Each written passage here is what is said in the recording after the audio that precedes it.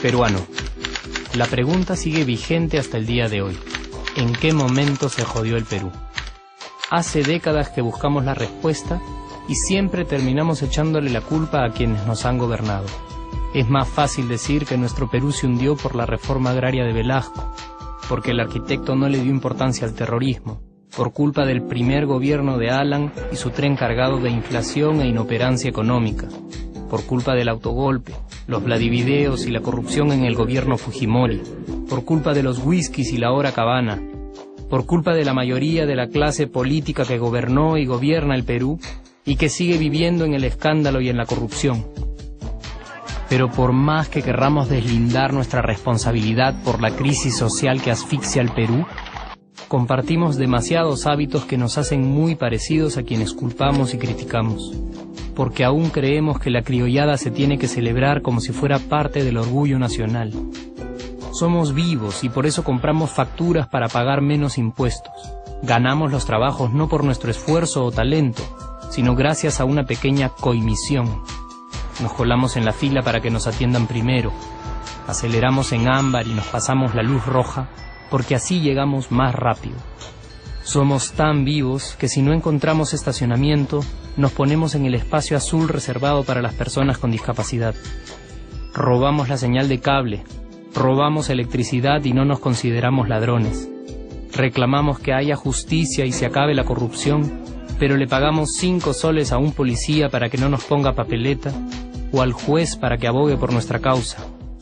Jamás le damos el pase a un transeúnte en el cruce peatonal porque en el Perú, si no eres vivo, no eres nadie. Pero si somos tan vivos, ¿por qué le tocamos bocina al semáforo en rojo, como si este fuera a escuchar nuestra ansiedad? ¿Por qué tiramos la basura en la calle, como si la ciudad perteneciera a cualquiera menos a nosotros?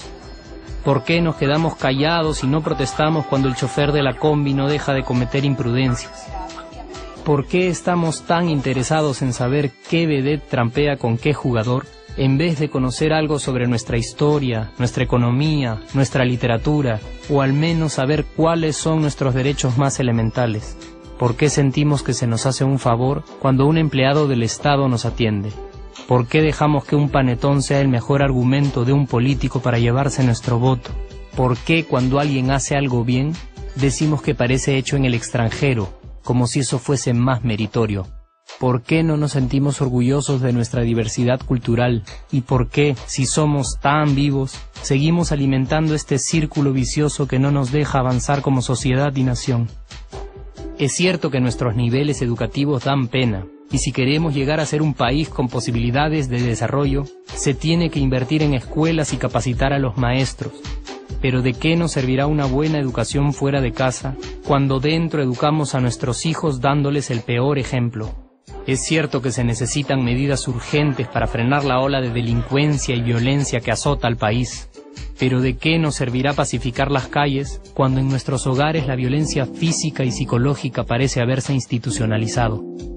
Es cierto que se necesita una verdadera reforma judicial para que en el Perú se pueda hablar de justicia, pero ¿de qué servirá lograrlo cuando la mayoría de nosotros sigue avalando la ley del más fuerte, del más rico, del más vivo?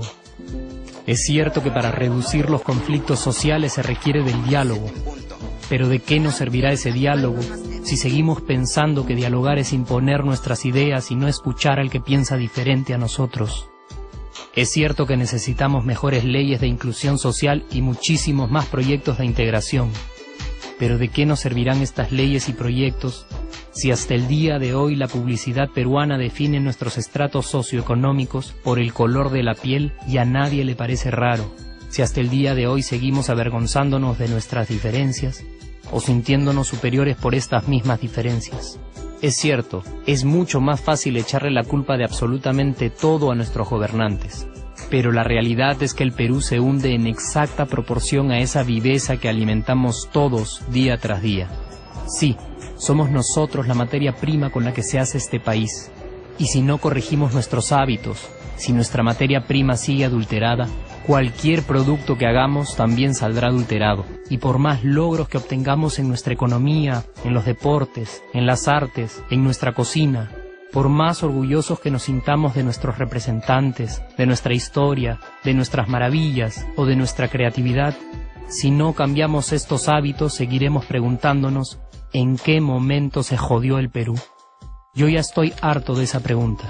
Estoy harto de ver cómo un país con tantas posibilidades y oportunidades, con tantas riquezas naturales y con tanta historia, tenga que seguir viviendo en el subdesarrollo solo porque no nos creemos capaces de vivir de otra manera. Estoy harto de que las desgracias de nuestros vecinos sean nuestro mejor consuelo. Harto de que el sí se puede sea solo una frasecita hecha para un partido de fútbol y que no podamos aplicarla en nuestra vida. Aunque te cueste creerlo, sí podemos. Claro que podemos. Pero depende de que tú y yo comencemos a trabajar en ello de una vez por todas. Porque la transformación del país hacia una nación desarrollada ya no está solo en cancha de los políticos o de los poderosos, y no está en el terreno de los milagros.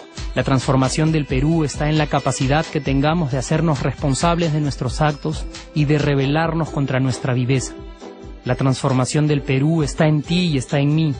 Está en todas nuestras organizaciones y en la posibilidad de trabajar juntos con verdadera responsabilidad social.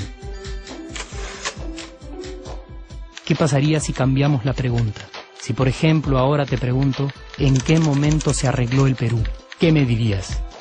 Aunque te parezca una pregunta demasiado ingenua, tenemos que creer en ella, y la respuesta está en nuestras manos. Responsabilidad social todos.